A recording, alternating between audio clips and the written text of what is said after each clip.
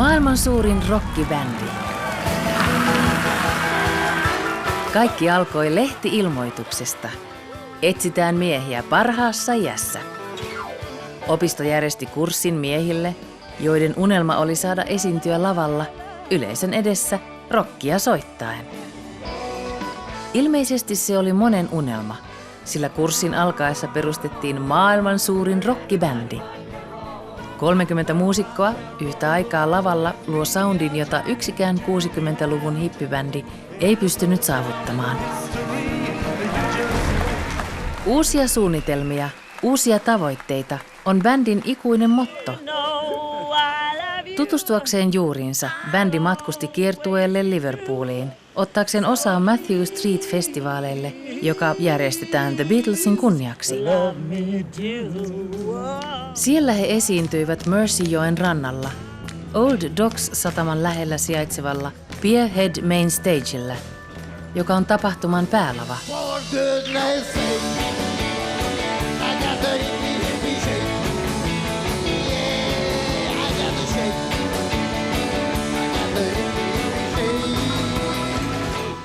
Kiertueen ohjelmaan mahtui myös esiintyminen The Cavern Clubilla, Beatlesin kotilavalla. Legendaarinen The Cavern sijaitsee syvällä kellarissa. Klubissa ei vieläkään ole ilmastointia, joten sen tunnelma on tänään yhtä lämmin ja hikinen kuin 60-luvulla.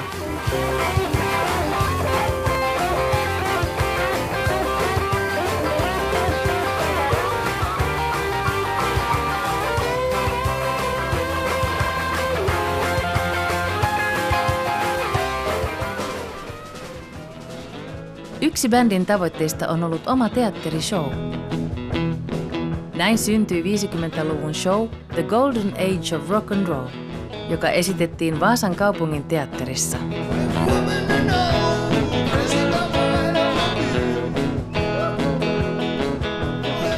Show saavuttikin suuren suosion, sillä suunniteltujen 6 esityksen sijaan näytöksiä oli yleisön pyynnöstä 11.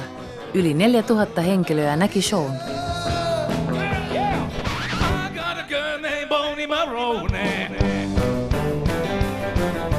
She's a sticky, lucky, sticky macaroni.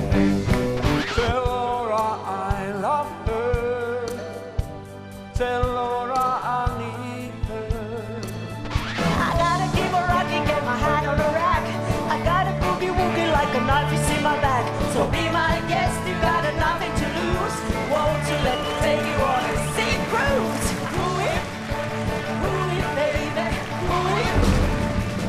Bändin sydämessä on erityinen paikka vuosittain järjestettävälle taiteiden yötapahtumalle.